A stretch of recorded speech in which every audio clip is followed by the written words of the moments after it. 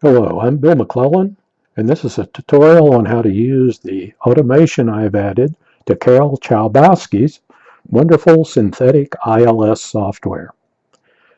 I want to thank Karol for the sensational gauge he's developed and shared with the flight sim community. Karol's a true genius in producing these add-ons.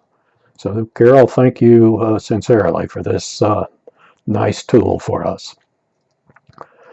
The modifications I've done to Karol's gauge can be used on both FSX and P3D.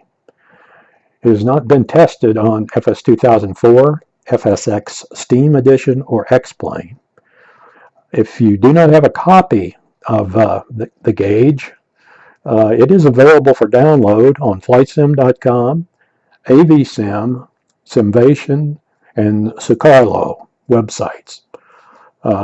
Just search for my name, Bill McClellan, or search for Synthetic ILS, and you should be able to find it. My demonstration today is done using a gauge on a mini panel. I did this so you could have a good view of the area ahead of the aircraft during the approach. However, you can install this gauge on an existing aircraft panel, on a pop-up, or as a mini panel like I have done here.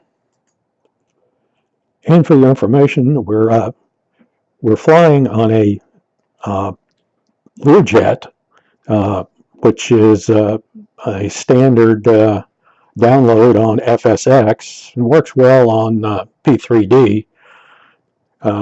So I kind of use that as a good example of an aircraft to use here.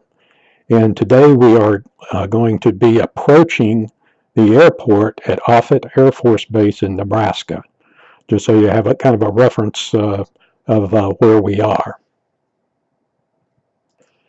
So let's get started here. The gauge we're going to focus most of our attention on is in the left bottom corner of the screen. You can see where my mouse is pointed. And this gauge is called the pilot's flight display. It contains the synthetic ILS system that we're going to be focusing on in this video. I will first be going through the procedures to set up the synthetic ILS gauge with you. Then we'll start the simulator and proceed in on an approach to Offutt Air Force Base.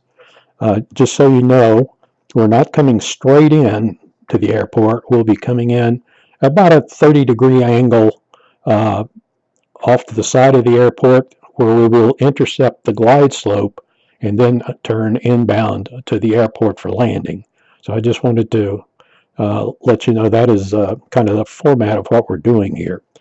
And after I complete the approach and we've ended up landing on the ground, I'm going to come back and quickly go through the several key clicks to refresh your memory on what we did during the tutorial section, and show you it is really not that hard to set up, even though it may seem like it's pretty laborious in my setting it up, but it really doesn't take that long. Okay, to set up the synthetic ILS approach, we first click on the NRST nearest button here on the PFD. And you see when I clicked on it, it brought up a list of airports, their ACOs. It gives the runway length, their current distance from the airport, or from the aircraft where we are to the airport, and the bearing to that airport. What you will do is pick out on this list, if it's on here at this point, the airport you're going to. And if it does not appear on the list, there is a search function. As long as you know the ICAO, you click it, and you type in the 4-digit ICAO code, and it'll bring you up to the airport you're going to fly to, so we can go with further setup. if you're going into a airport that has a 3-digit ICAO and it's not showing on this screen, you will have to wait until it actually comes on the screen, because the search function will only work with 4-digit ICAOs. Okay, since we're going to Offutt Air Force Base, and its ICAO code, excuse me, is KOFF, and it is close enough. We're only about 15 miles out from it, and I will click on it. And if you notice what happened, a button over here lit up that says KOFF on it. In whatever airport you would have selected here, it would have done the same thing.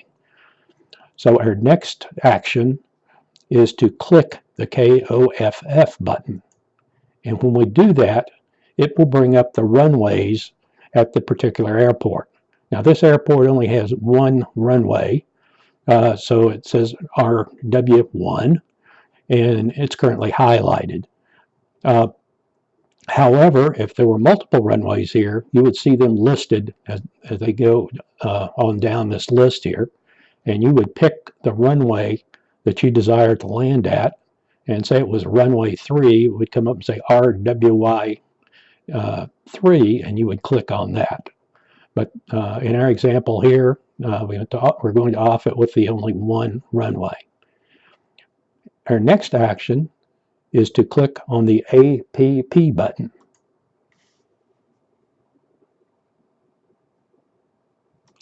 So when we did that, that popped up the synthetic ILS gauge inside the PFD. And initially on the screen, what we need to do is select the runway direction that we're flying, where the endpoint is. In this case, it is the runway 30, which has an exact heading of 306. That was already selected for us. However, if it was not selected, you would click the RWY button, and you see it switches to the other end of the runway, to 126, or runway 12 in our example of runway 12 and runway 30, which are the two runways there. And I want you to watch this arrow. When I click it back to 306 down here, you can see this is pointed this way, which is the bearing to 126, but when I bring it back here, you'll see it goes back to 306, and that arrow flipped 180 degrees. Our next action is to click the INT button here in the lower left-hand corner of the gauge. And you see when I did that, a little more additional information popped up here on the right side of the gauge.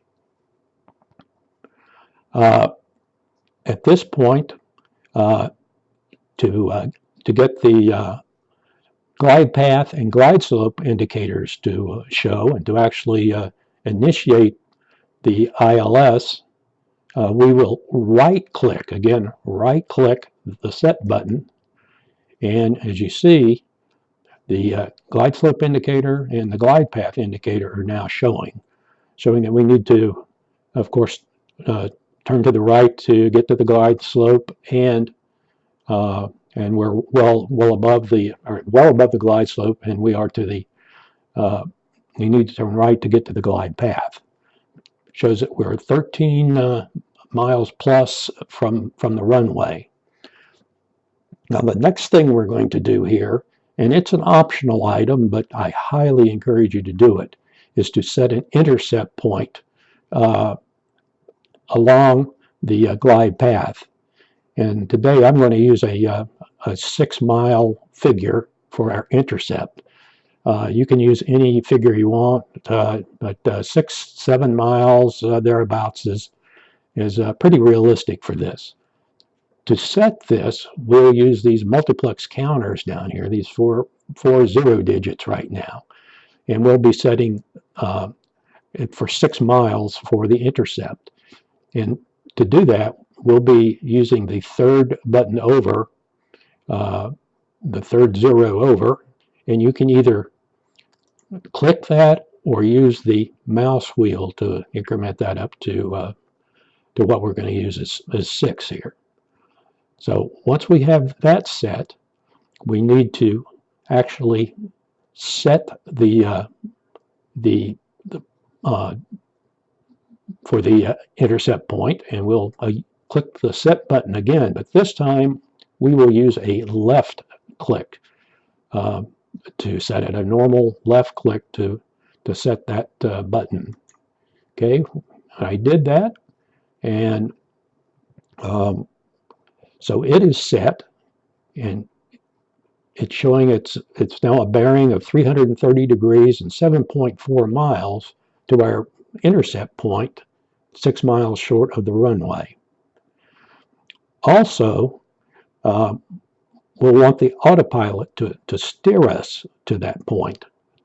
And to do that, we'll come down here to the BRG setting, and we'll be doing a left click on that. And when I do that, I want you to watch this indicator over here in the heading section of the autopilot, and watch it. It should change over to the 330 to match that. So now the autopilot is heading directly at the intercept point, and we're pretty well set up and ready to do the approach. I do have one more thing, one more optional item that you probably will not use very often, but you may use it. If you go to an airport that has a glide slope greater than 3 degrees, 3 degrees being pretty much the standard glide slope used worldwide, but there are places that use different glide slopes. And in my example here, I'm going to change that to 3.5 degrees. And to do that, we will use these multiplex counters over here again. And I'll scroll this up to 3, and this down to the 5 and 0. So that's 3.5 degrees. You could make this very precise if you want to make that, or you can change this to whatever glide slope angle you like, but I'm just going to use 3.5 as an example. Then we'll come over here to this GS button, and we will left click it, and you'll see here it switched that glide slope value to 3.5. Okay, for our demonstration today, I'm going to keep it at the standard 3.0, so I'm going to go back and crank that out and come back and hit the glide slope, and now we're back at 3 degrees again. Okay, now we're totally set up with the intercept value, and I've given you the demonstration on how to set the glide slope angle if you'd like. We will go ahead and start the simulator proceeding 330 degrees toward our intercept point. So I'll take the pause off the simulator here.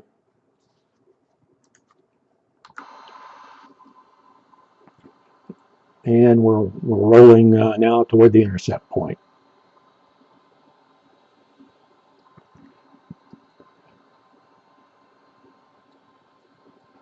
Okay, one thing you want to make sure that you do have the autopilot on, altitude hold on, heading hold on, and if you're flying an airplane with auto throttle, turn the IAS on.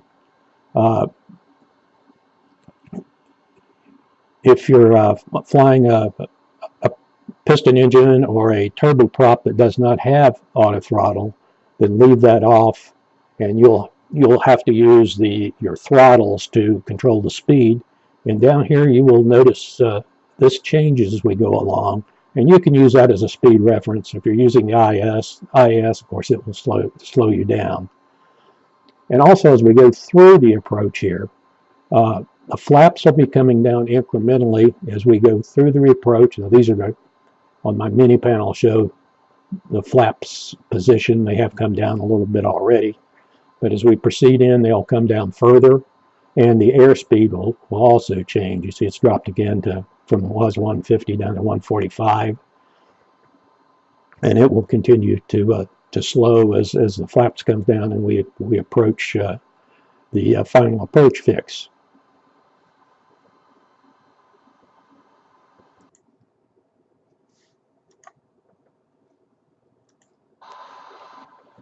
And for your reference, I usually fly my approaches at about 1,500 feet above ground level, AGL. So you can fly in at any altitude you desire, but 1,500 feet AGL is about the normal altitude most aircraft fly as they approach the glide slope.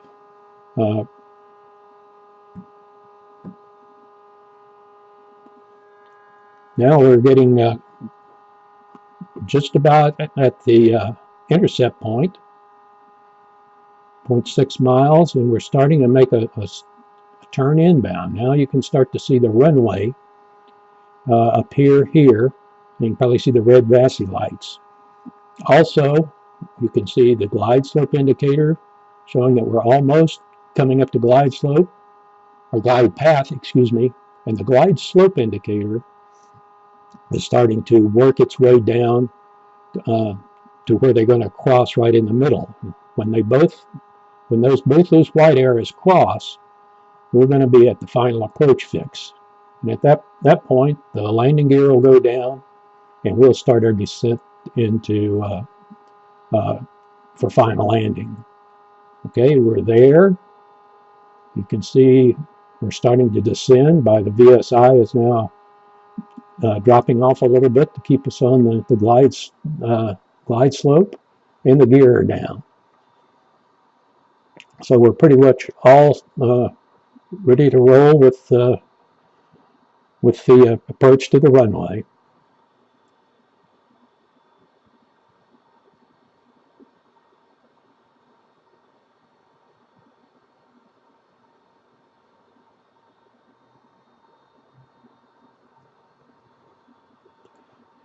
Now, I have a set of crosshairs that I put in for my testing purposes, and you can see it looks like we're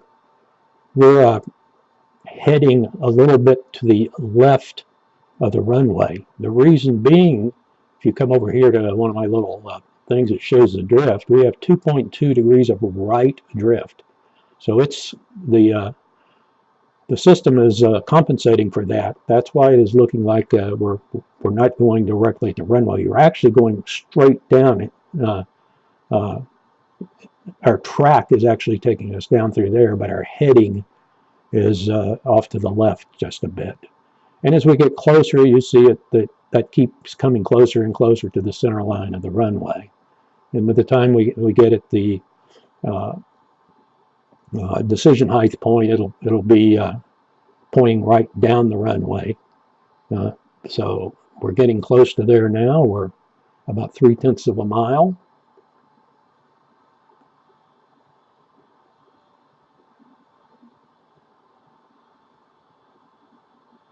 Okay, we're at decision height. And after we land, the system will put the brakes on. Now you see that over here. We'll pop up the spoilers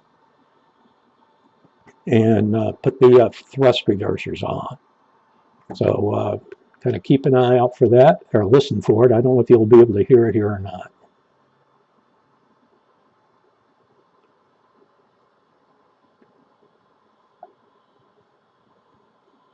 Okay, it did land us a touch short, almost on the center line. So, okay, all that has happened. We're now slowing down to taxi in. So at this point, we're going to pause for a second. I'm going to go back and come through those settings again so you can see it really doesn't take too long to set that up. So see you back in a second. Okay, we're back again right where we started, and like I say, we'll quickly go through these settings so you can see it really isn't that hard to get this set up. After you've done this a few times, it'll become second nature to you, and it shouldn't be much of an issue. And hopefully you can remember how to do that without referring to your notes. So I'll start the simulator here. And if you remember, our first item is the nearest. We'll come up and select the airport, KOFF, which turns on this button here, which we're going to click, showing our runway. And we would, if it was a different runway, we would select it. Then we'll hit the approach button. And hit the intercept button. Right click the set button, which brings up the ILS. Then our optional item is setting that intercept point. I'll come down and set that as a 6. And I will left click the set button. Then I will left click the bearing indicator. And you're all set up to go. That's pretty much going to take us on in.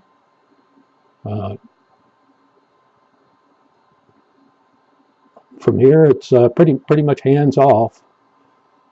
The only caveat to that is if you're flying a propeller or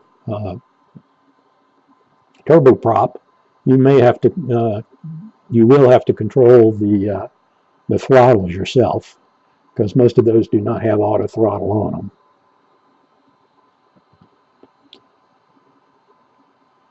So we're back again, approaching that intercept point. We're 2.5 miles out, and our heading is changed just a little bit, so I'll click that to make it a little more exact. You don't have to worry about that too much. A couple of degrees, maybe 2 miles out, not going to make much difference.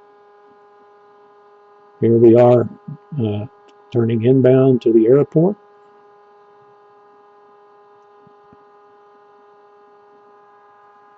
And momentarily you will start seeing the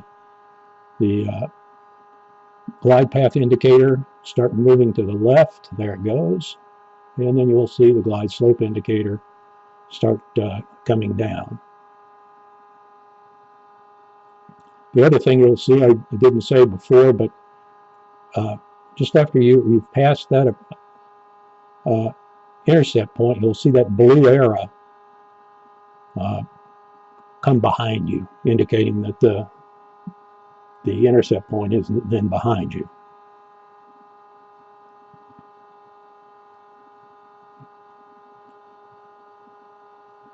So from here on in, it's pretty much like we did before. Like I say, all automated for you. I hope you've enjoyed the tutorial here, and I will be making additional tutorials in the future as I release this mini panel system again. So I'll be describing more of the gauges you see here on my panel, and there's quite a few hidden things in them, especially in this gauge over here. It's another gauge that Karol has made, and it has some beautiful features in it too. But we'll get into that in that tutorial downstream. So thank you again, and have a nice day.